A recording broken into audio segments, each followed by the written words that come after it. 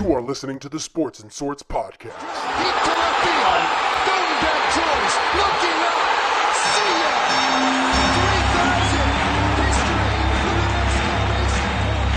3,000. Ladies and gentlemen, welcome to the main event. Yes. Go. Hurry up. Let's get ready to rumble!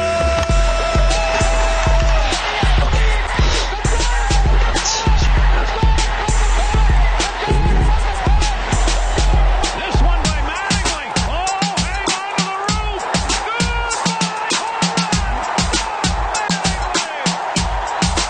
Montana looking, wrong in the end zone.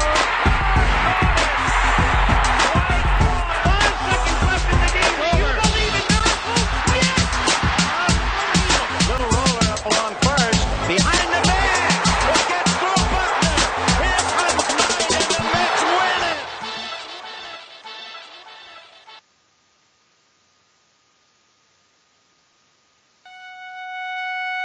All right, there we go. Now all this stuff out. I didn't know what was going on here.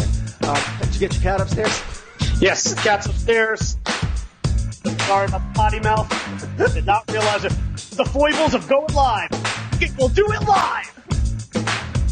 Anyway, this is Shane Moore. I am one of your hosts here at Sports and Sorts. And I'm the other host. I'm the time man. And we are here to give you episode number 120, and we're going to talk about, I'll give you a quick recap on Thursday Night Football, go into the Sunday football picks, and Sunday Night Football, and then maybe talk a little Yankees, and also possibly even touch on the trailer that was debuted yesterday, which was the Holmes and Watson trailer. We might be able to talk about that if we have enough time. I have to kind of scoot out of here pretty early, so this is going to be a little bit shorter of a show. But before I go that, give us a quick thumbs up on this video to help us get the word out. We really appreciate it. I feel like she's children. I am absolutely. I did that on purpose, Damien. 100% did that on purpose. Every time I listen to the opener and it gets through Buckner, I feel like Shane is trolling me personally. I did that absolutely blatantly on purpose. No, we didn't. It's not all about you, Damien. Not just about him. Red Sox fans in general. It wasn't just him. I just did it just because I had to throw that one in there last. I originally was like just messing around with him, and I was like, no, this one has to be last. It has to be what we end on. And the Mets win it. Here comes Knight, and the Mets win. I enjoyed that. I mean, because that was before the Yankees started winning championships back in '86. So it was like, as long as somebody held Boston off, that was a lot of fun. Indeed. I remember that was actually the first World Series that I really truly remember. It was a doozy for sure. Yeah. The curse had lived for a long time, and unfortunately, it's no longer there. All right, so let's get into a little NFL. We got Thursday night recap here. So it was like my feeling in 2001. Oh man, that is still very. That's kind of a low blow, actually. All right, so really, you should have been rooting for the Yankees in 2001. Sorry. Yeah. I'm actually serious. Yeah. Well, I mean, it's tough. I mean, it depends on where you lie. I mean, obviously, we came together as a country for that. It was good. All right, so let's get into Thursday Night Football. TNF. Real quick recap. We have the game that we sort of dubbed as the game of the week. We were like, this is early in the week, but it had the potential. But the held Vikings, up though. Vikings just hadn't been playing great. Obviously, they got stomped by the Bills, which is still shocking to me. But a quick recap: Vikings versus the Rams. The Rams won 38-31. We both picked the Rams to win, and I had the final score at 36-30. So I was really, really close. But like we said, we thought this was going to be a high-scoring game. But even I didn't think we would get this much offense. Like, this was just next-level offense. Both quarterbacks thrown for over 400 yards, tons of touchdowns. it was just overall a fun game to watch. It was a fantasy game special, too. Yes, it was. So if you had anybody on either the Vikings or the Rams, you likely had a good day, and you started off the week really well. I have a ton of Rams, so that worked out well. Also, just the Rams in general. I love watching these Rams play. Like, anytime I get the chance, I want to watch them play. So, they have so many weapons on offense and some great playmakers on defense. And the coach, McVay, just absolutely loves the game of football. He loves to see he loves watching these Rams play. He has such incredible high energy. I mean, if you don't like watching these Rams play, I mean, I guess unless they're playing your team, you should just be having a blast watching greatness unfold in front of your eyes, because this is just so awesome. Like, this is the greatest show on turf on steroids. Like, that's what this is. So, when they're making plays on offense, it's almost like they're playing Madden on easy mode. Yeah. It's just so much fun to watch. The Vikings. The Vikings, on the other hand, just, they'll eventually right the ship. This is the beginning part of the schedule, and it was a brutal beginning of the year. I still think that at the end of the year, they're going to end up as a playoff team. But, right now, they are too good to be as bad as their record. So I expect them to right the ship, probably finish somewhere around 10-6. But the Rams, they are just so fun to watch. Yeah. There's metrics to back up your statement, too, about the comparison to the greatest show on turf, because right now, through the first 4 games, the stats, if you look at a side-by-side comparison of Warner and Goff, they're basically identical through the first 4 games, and I'm pretty sure that Kurt Warner won the MVP that year. Probably. So, and Goff, I would say, is he's in the mix for sure. I mean, Patrick Mahomes, he and Patrick Mahomes are, But I got to tell you, the Vikings were game. They showed up. The problem is you can't trade blows with a team like the Rams. You can't get into because at some point you're going to run out of punches. But the Rams just don't. They're just a juggernaut of a team. Yeah. If there's one maybe slight hiccup with the Rams, I guess you could point to that game and say, well, the Vikings put up a lot of points. But in fairness to the Vikings, that's a team with a lot of offensive firepower. They're going to put up a lot of points. So I can't really – I mean, right now the Rams just don't seem to be faltering. And they're getting off to this hot start, and they're staying on it. And it just – again, the one thing that I will continue to go back to, because now we're at week 4, which to me, this is the pivotal week in the season where you start to really separate the men from the boys a little bit. And I mean, first of all, how do you argue with 4-0? And how do you argue with 4-0 in dominant fashion? It's really hard to do. I want to be able to poke a hole in the Rams. Actually, the only hole I'd really say they legitimately have right now is in their kicking game, but that's because Greg Zuerlein is out, but he'll be back in a couple of weeks. Mm-hmm. Once he comes, and his replacement, his backup there, actually did miss a very short and makeable field goal. Mm-hmm. So, but I mean, other than that, the Rams can do no wrong. Again, I think you and I both had them as Super Bowl picks. We didn't really go out on limbs. There's a lot of other analysts out there who have picked the Rams to win it all, and so, but they're on track for that, man. I mean, I don't see anything stopping that train.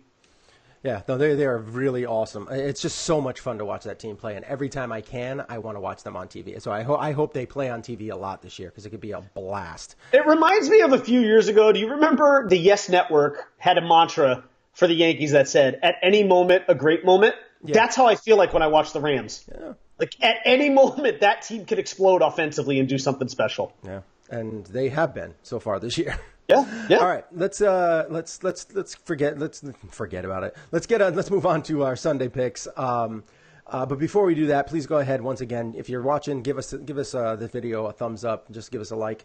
We really appreciate it. It helps us get the word out. So we like your likes. Do that if you can.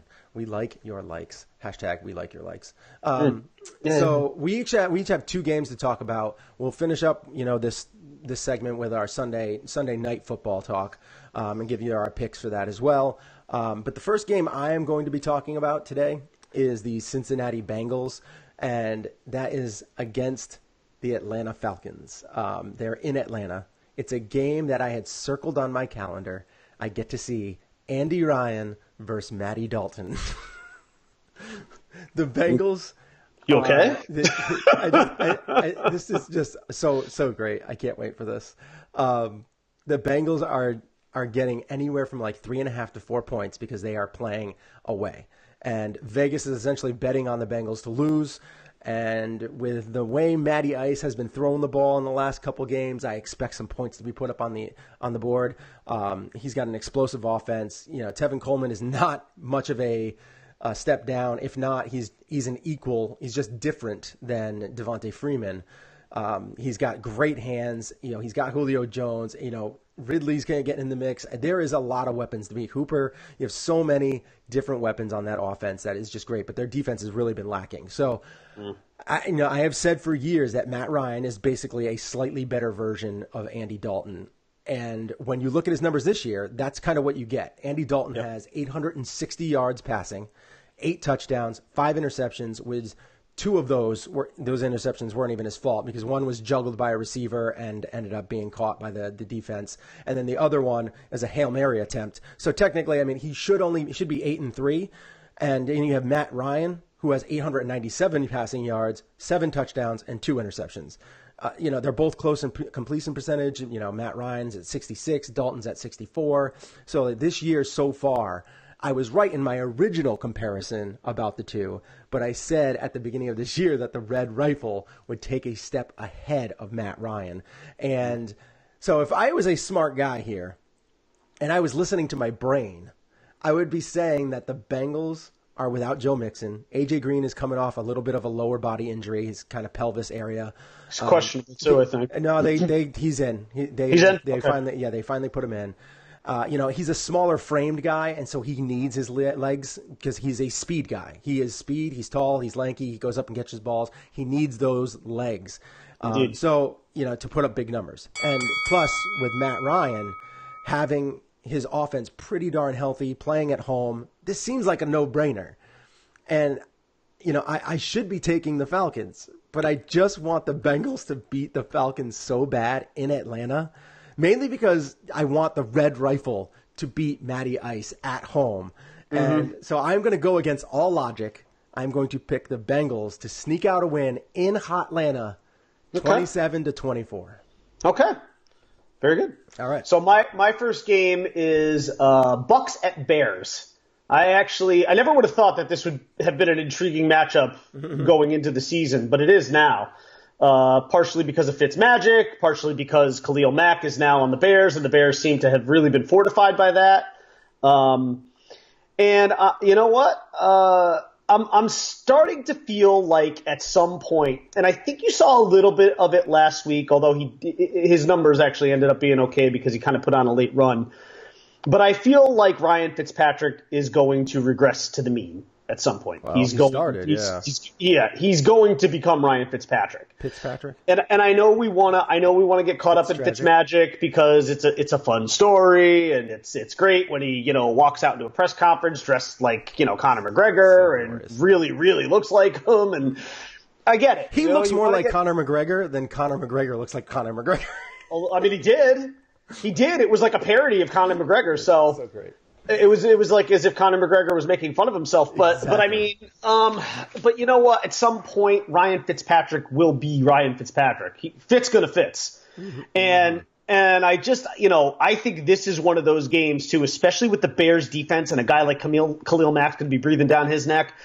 And in Chicago, Bears fans are starting to feel a little bit with the Vikings losing this last game. They can really kind of get not a vice grip on first place, but they can kind of really cement themselves as a legitimate team here. And I think they're going to do it. I think it's going to be a tight game. I think it's going to be really close. But I like the Bears in this one, 24-23, a 1-point eke it out win at home. And I expect Khalil Mack to make a big, potentially game-changing play. Right. Maybe like causing a fumble, like a strip sack recovery late in the game to maybe seal the victory. All right, I like that. Okay, perfect timing too. Before the bell. Great, you're doing better than I am today. Oh, I'm going to be on today. All right, so let's move on to my next game. I was going to take the Patriots at home, versus the Dolphins because this could be a good high-scoring game with the Patriots coming out on top on this one. but because the Patriots aren't full strength yet, no word is back on like Josh Gordon if he's going to be playing, and the annoying stubbornness that like you have with Bill Belichick. Not giving Brady help. They kind of take small shots at each other in the media from time to time. It's just getting old and annoying. So I decided to go with another matchup. I'm going to go with Gordon's old team, the Browns at the Raiders. And Brian, we need the blunder taker. We need him because I have a feeling there is a team that's going to need to be buried after this game. And it will be the last time we really need to talk about this team going forward. And that is the Raiders. Their O-line is terrible, and the Browns have some serious playmakers on defense, that will get to Derek Carr. Then you move on over to the Raiders on offense, where even the head coach, on defense, you move over to them on defense, where like even the head coach, Chucky, himself has admitted he doesn't have a good pass rusher, and it's tough to find one, and that is going to kill them this week against the rookie quarterback, Baker Mayfield. So the Browns should have a field day with this Oakland team. And even though most places in Vegas are giving the Browns 3 points, I just don't see this Oakland team even playing at home, putting up enough points to keep up with the Bakers Browns. I am keeping this short to the point with the Bakers Browns scoring 30 points and the Raiders only putting up 24 points, with Carr probably getting sacked a handful of times. Yeah, I wouldn't be surprised if Myles Garrett got a couple of those sacks too. That's a man right there. You should probably get 2 or 3, yeah. And that's a guy who will be vying for Defensive Player of the Year by the time it's over. I guarantee you. He is that much of a factor. He is an impact player. Yes. Okay, so I'm moving on to my second game. Mm-hmm. Big game here: Saints at Giants. This one I have a feeling this is going to be a high scoring game. I don't like there to be a ton of defense in this game. Mm-hmm. The Saints have shown in the past that they can go into New York, into the Meadowlands, and play well against the Giants. They can beat the Giants, and they can put points on the board. It's a fast track there. The Giants showed a little something last week, beating the Texans in a must-win game on the road. But let's be honest, the Texans have not looked anything like we thought they were going to look. They don't look good on defense. They look, surprisingly unbalanced on offense. There's just not a lot to like from the Texans. So I can't glean too much from that Giants victory on the road. And I think they're going to get exposed a little bit in this game. Couple of things here. One, the Giants are, I think, again, without Olivier Vernon, which is already going to hinder a pretty meek pass rush as it is, which is going to mean Drew Brees is going to have time. And you give a guy like that time, and that may be the worst guy to give time to as far as because he's such a surgeon. He will pick you apart so easily. And if the Giants cannot get any pressure on him, that is a total recipe for disaster. And then the same kind of thing worries me on the other side of the ball, because I'm concerned about the Giants' offensive line being able to protect Eli for too long. So what I think is going to happen is the Saints are going to put a ton of pressure on the Giants in terms of putting a lot of points on the board, which is going to force the Giants out of their game plan. The Giants want to be a very balanced team. I think they're going to be turned one-dimensional. And that's going to allow the Saints to kind of pin their ears back and go right after Eli, because he's going to have to throw the ball to win this game, and I just don't think he's going to be able to do it. I've got the Saints here 37-26 in a high-scoring affair. And I feel like it'll be a good game, but I think the Saints are going to pull away in that third to fourth quarter, and I just don't think the Giants can't utilize their balanced attack to get back in the game. They'll turn Barkley into a one-dimensional player too, because he'll have to be a pass-catching back at that point in the game. But I got the Saints on the road here. All right. So you had Saints, Giants, and what was the score again? 37-26. Nolans. Wow. See, I would actually have taken the Giants in that. I feel like this is like that for me. That's a matchup that like could really make or break either season. Like whoever wins this game is still playoff bound, whereas the other team that loses, they might not be. I disagree. I think for the Giants, I agree. For the Saints, I do not, because I think the Saints could lose this game and still be okay. I don't know, their defense is terrible. Terrible. Well, Saints? Yeah, the Saints is... Yeah, it's not. I can't disagree, which is why I still think the Giants are going to score. Yeah. But I just don't see enough for the Giants on defense to be able to get enough pressure on Breeze. He's just going to sit in that pocket and pick them apart. I dig it.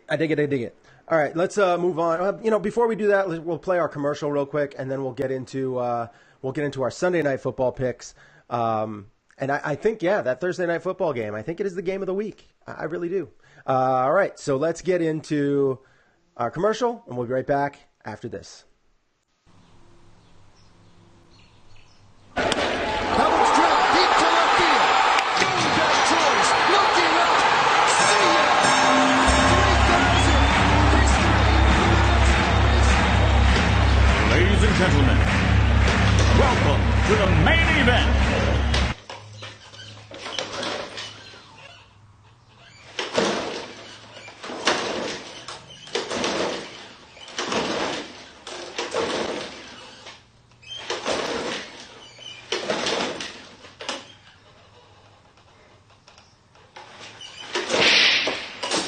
Sports and Sorts with Shane and the Bryman. 75% sports and 25% sorts.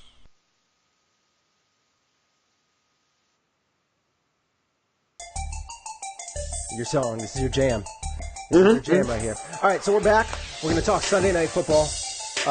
We have a matchup, the Ravens versus Steelers. This is a good matchup. But before we do that, if you're watching the show, give us a quick thumbs up. Really appreciate it, and it helps out the show a lot. Get the word out there. Please share it on your page if you can. If you're not too embarrassed by seeing these two faces on your screen, go ahead and share it. If not, no big deal. We get it. All right. So Ravens at Pittsburgh. For me, I think this will be a good game. It's another primetime matchup I'm looking forward to, which is, we have been getting a lot of those lately, which is great. The big deal for me in this is the running back situation, kind of on both sides of the ball. If the Steelers can get their running game going with Connor and don't have to let Big Ben throw 50 times, that is huge. They should be able to handily win this game. The Ravens used to have the Steelers' number. Every time they played, there was just ghosts out there, and the Steelers just couldn't get past the Ravens. But after last season, it changed a little bit. The Steelers had, they beat them bad, and then the other game in Pittsburgh, they made a late comeback, and I think the Steelers just don't fear the Ravens anymore. And, they're actually almost looking forward to playing the Ravens. And Joe Flacco has just been playing pretty well lately. He hasn't been playing great, but he's been playing pretty well. But he doesn't have a ton of weapons.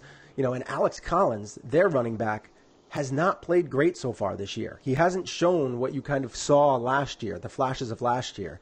And I just don't like the Ravens going into Pittsburgh and beating the Steelers. It seems to me like, Tomlin has kind of gotten his team back for the short term at least.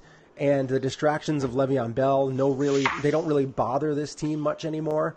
So what's there to bother at this point? He's not coming back, right? So I just don't think that they're bothering him. I don't think they're bothering them much anymore. And I think that Big Ben, he's going to have another decent day, and the Steelers will come away with a victory to improve to 2-1-1 at a score of 35-27. So I do expect it to be kind of a high-scoring game. I mean, the Ravens have, they always have a decent defense. The Steelers' defense kind of, sieve-like from time to time.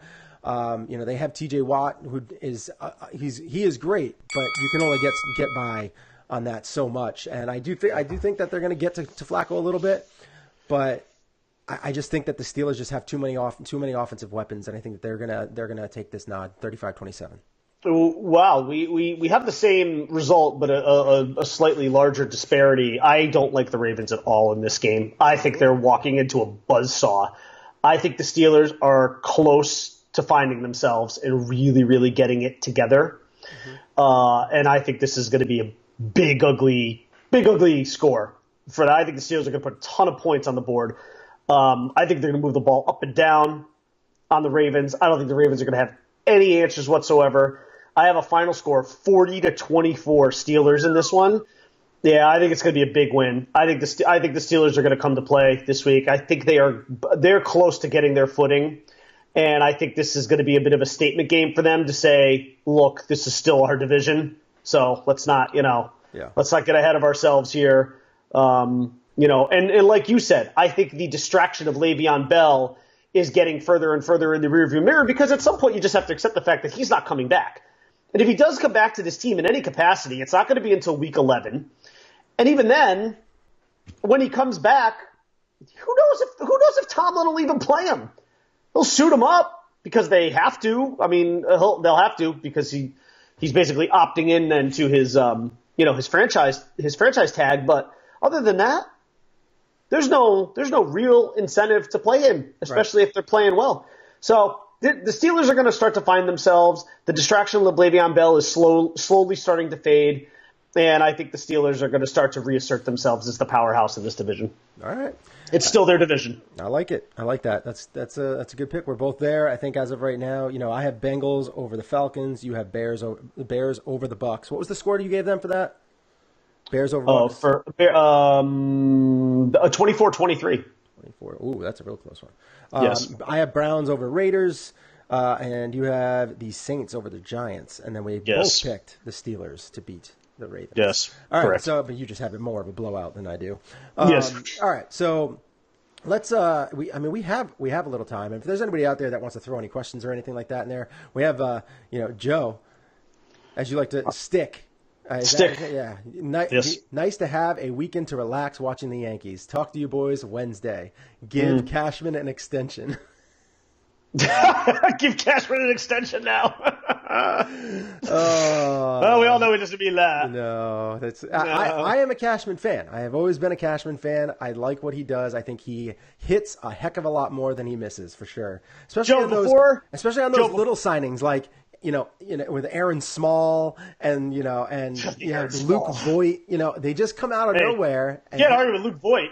I mean, today's Shane Spencer. But he's not. He's Shane Spencer on steroids. The dude is a beast. Well, he might be on steroids. He has more home runs in a season as a Yankee than Shane Spencer ever had in one season as a Yankee. No, I know. I mean, the fact when you consider the limited month. That's what I'm going to say. The limited time. Imagine how. I mean, again, we all know he would have regressed to the mean too. But imagine how he would have projected for a full year. The guy's got 14 home runs already. Imagine how he would have projected throughout a year. I mean, it would have been Ruthian. But we all know that at the same time, look. So the Yankees last night clinched home field for the play-in game. Mm-hmm. I refuse to call it. I don't even want to call it the wild card game. It's a play-in game. Yeah. So the Yankees have home field in the play-in game, and I think J Happ gave you every reason last night, despite the grand slam to Pierce, which I don't consider a garbage time home run, but I think Happ was less concerned about that than maybe even we were. To me, it's clear cut at this point. Happ needs to be your guy for that playing game. He has to. Tanaka and Severino. I think we kind of both said that. If they're playing at home, it's good to have playing at home. You're pitching Chris Davis to the bigger part of the ballpark, and let's be honest, Chris Davis is the guy you're worried about primarily in that lineup. The A's are a righty hitting lineup, but I don't think that means that you should exclude Happ. And again, I think Happ offers Gary Sanchez the best opportunity to make the fewest amount of mistakes behind the plate. I was very pleased last night, and I even said that because now that I'm a part of this Yankee text group. I even said last night, I think the biggest takeaway was that he was able to – Britain was all over the damn place. Yeah, he really was. And he was able to handle that crazy sinker and all of his movement. He was able to handle that and did – Well, Sanchez had a good game last night too. Yeah. He is hitting by the way, that home run he hit was just an absolute bomb. He is a beast. He's just a big boy. Look, when he's right, offensively right, he's a top 5 catcher. I mean, because of his offensive output. But when he's right, he's the best hitting catcher in baseball. I mean, I don't know if there's a guy. He's the best. Yes, when he's right, he's the best hitting catcher in baseball. He's not a good. I mean, he has got a fantastic arm, and he's got a great bat. Usually, this year has been the exception to that rule, but his bat is what really drives it home. And then people can't really steal on him because of his arm, because he's got such a cannon. Now, again, I think all we're asking as Yankee fans at this point is just one thing: figure out a way to get by Oakland. Even though I don't think they're going to, I'm sticking with my guns here, despite the fact that the Yankees seem to be kind of playing a little better because they're whole again for the first time in a long time. I'm sticking by my guns. I just think it's been sort of a letdown of a season. I know that's like really hard to believe, and we're talking about a team that's probably going to eke one more out against Boston and win 100 games. It seems really ridiculous to say this has been a disappointing season, but I still think it has. And I just, at the end of the day, I think the ugly warts that haunted them in this regular season will find a way to plague them in this game. And I do think they're going to lose 6-3, 7-3, something like that to Oakland. But that being said, if you're the Yankees, just figure out a way to win this game and get yourself to Boston, and then let the chips fall where they may there. Because you know what? There's no shame in losing to the best team in baseball if that's how the season's going to end. And you know what? If you're a Red Sox fan, you don't want to play the Yankees. There's no way. Every Red Sox fan I know wants no part of the Yankees. We have a Red Sox fan listening, I know for sure. And I don't want to hear any of that garbage about. I don't want to hear them, drop the Ric Flair mantra, which is to be the man, you got to beat the man. But the Yankees aren't defending champions. But if you're the Red Sox, you don't want to go through the Yankees. You want Oakland. Of course, you want Oakland because you'll pulverize that team. The Yankees might prove to be a tougher challenge. All right, I like that. There are no good matchups in the AL. That's what Daniel said. I disagree with that. I mean, if Boston plays Oakland, they're gonna run through Oakland in a 7-game series. Yeah, I mean that's like a kind of a no-brainer. I mean, like in a long series, no matter what, wherever they meet up. I agree with Damian, though. I mean, in one sense, the good news is the Red Sox will avoid one of Cleveland or Houston. So, I mean, that's good. Yeah. I mean, that's definitely. Yeah. I mean, Houston they've been starting to play much. Yeah, no, they're scary. That's a scary team. That's a team hitting all cylinders, defending champs. They're going to be they're going to be a tough out. Verlander makes a case for, Cy Young as well. There's just a lot. A lot of play there. In the real playoffs, he says, in the real there are no good matchups in the real playoffs. Good way to sneak that in there. I still disagree with that. Another Sox fan, Lynn Abraham. Yes, my cousin. Yes. Go Sox. Go Sox. Yeah, a lot of my cousins are Red Sox fans. It's nauseating. All right, so we don't have much time left. I have to actually run in a few seconds to go take my son to soccer. He's been playing well this year. This is like his first real season. They made him a striker, and I think they've played like he's a great striker. 4 or 5 games, and he's got 4 goals, and he's got an assist. Nice. And awesome. He's been very good, playing well. So I'm very proud. I can't wait. I've missed 3/4 of his goals. I've only seen one because of this show. I get to leave early, go there, and be there, and actually enjoy the whole matchup. So be a dad for once in your life. Yeah, well, I was there. I've seen the second game of every day. I don't get to see much of the first game, but I did get to see one goal. So last week I didn't get to see his assist. Unfortunately, I heard it was like a real deal assist too. So that's good. But that's the age of the super team is both awesome and terrifying. This super team. All right, so let's sign out. We're gonna sign off right now. We're gonna go. Yeah, we'll play our original, the old school music on the way out. We only have a couple minutes, but we can talk Holmes Watson trailer. I watched this trailer. This is a movie that I was really anticipating, and holy cow, does it look so stupid! But that's the idea. But it looks like Talladega Nights, like to the next level of dumb. Yeah. And yeah. I don't know how much. Like I didn't laugh a ton during the trailer. I didn't either. But I did laugh once, and I'm like, I hope it's more like that than it is like. Did you laugh? Was it the scene with the bees that you laughed? Because that's the one I laughed at. Yes, yeah. When he started shooting the gun at the bees. That was the best. That was hilarious. That was funny. And I laughed out loud during that. Yes, and I even chuckled a little bit when he whacked the queen in the face with doing the selfie and all. That was kind of funny. Yeah. Definitely check it out.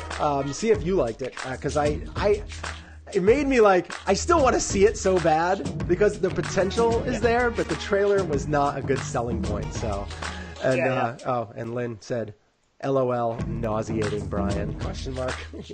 Laughing. Very much so. When the majority of your family is Red Sox fans, extended family. Not what you want.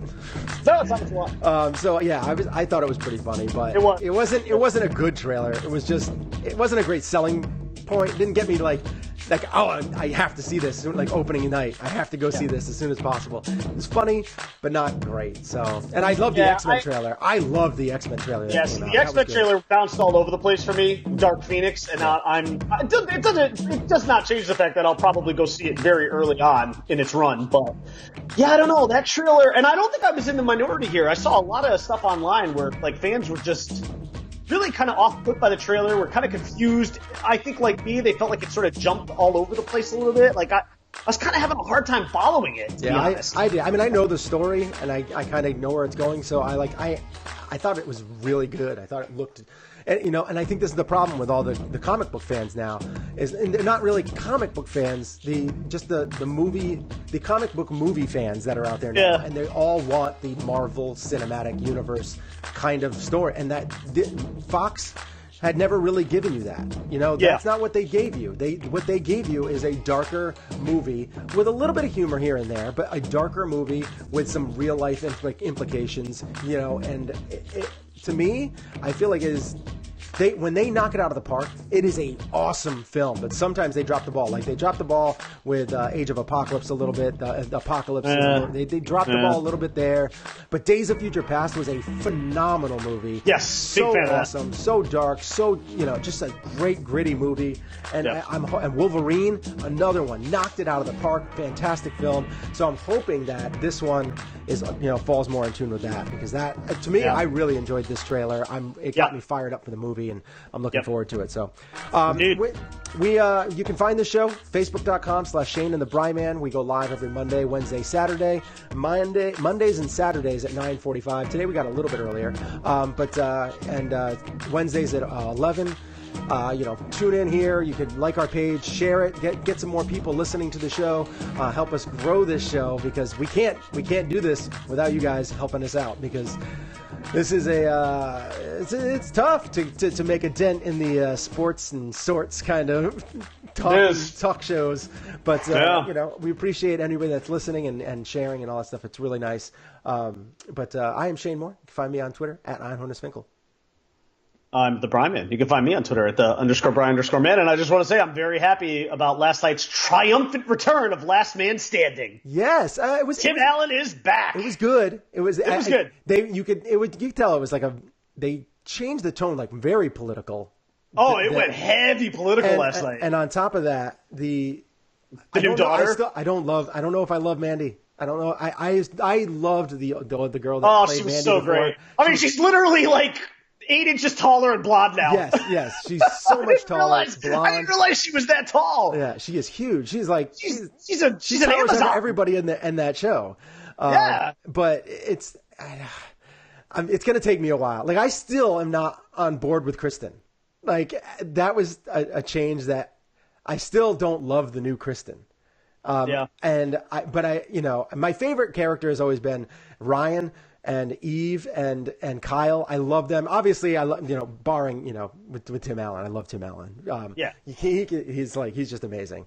But, last night went heavy political, and they almost make Mandy like too ditzy, like knowingly ditzy, whereas she always was like good at being. Well, she was she always got good at that. Smarter, but then she couldn't finish. Right? Yeah. She would make a point, and you're like, oh, she got smarter, and then at the end, she's like, oh, nope, there she is. Yeah, but it's different now. It's just different. Yeah, it's going to take me a while to adjust. So. It will take a while, and it was unfortunate that the original Molly, I forgot her last name, couldn't, because she had a conflict, but yeah. But you know what? It'll take some getting used to, but eventually we'll get there. But listen, it was a strong first episode. I was really happy with it. I loved what they did early on, which was basically making fun of ABC, right? Yeah. Boy, it looks so much better on this network. I mean, that stuff was great. That was great. Yeah, I didn't know they did that. I mean, technically, I think this is the second time it's happened to them because it was on. I think it started on like TBS or TNT or something like that, and then shifted to ABC, and then went from ABC to I think as it started on early like that. So it's not the. Let's be honest, though. Fox is the perfect landing spot for this show. I mean, it's without a doubt. I'm nervous because I think it's going to lean too heavy politics now. You know what? It was always on undertone before. No, but I think they'll go back to the undertone. I think if you watch that episode carefully, even Tim Allen said there was even like a line that he kind of used last night where he was sort of like, "All right, we're gonna talk. Our system. Yeah, we're gonna get it out of our system." And I actually think that's going to set the tone for the rest of the show. I don't think it's going to be that heavy politically. Yeah, I hope so. All right, that's it for our show. Thank you for listening, and we will be back again on Monday to talk all of our picks, what we've learned, and Monday Night Football. So we'll be back very soon, and I have maybe an important announcement to make on there with my family, and it's not the same thing that my wife was talking about on last show. It's not that. We're not talking pregnancy from me, but there might be an important announcement, but there's definitely an announcement that I'm going to make, but it's not super important to most people out there. Okay. We'll see you later. Okay. Are you going to tell me off the air? Or? Sure, I can tell you off the air. Okay. I don't want to be left in suspense. Stay classy, Planet Globe, and fins up. Oh, the Bills. Can't even talk about that. All right, bye. You can find Sports and Sorts with Shane and the Bryman on iTunes or www.sportsandsorts.libsyn.com.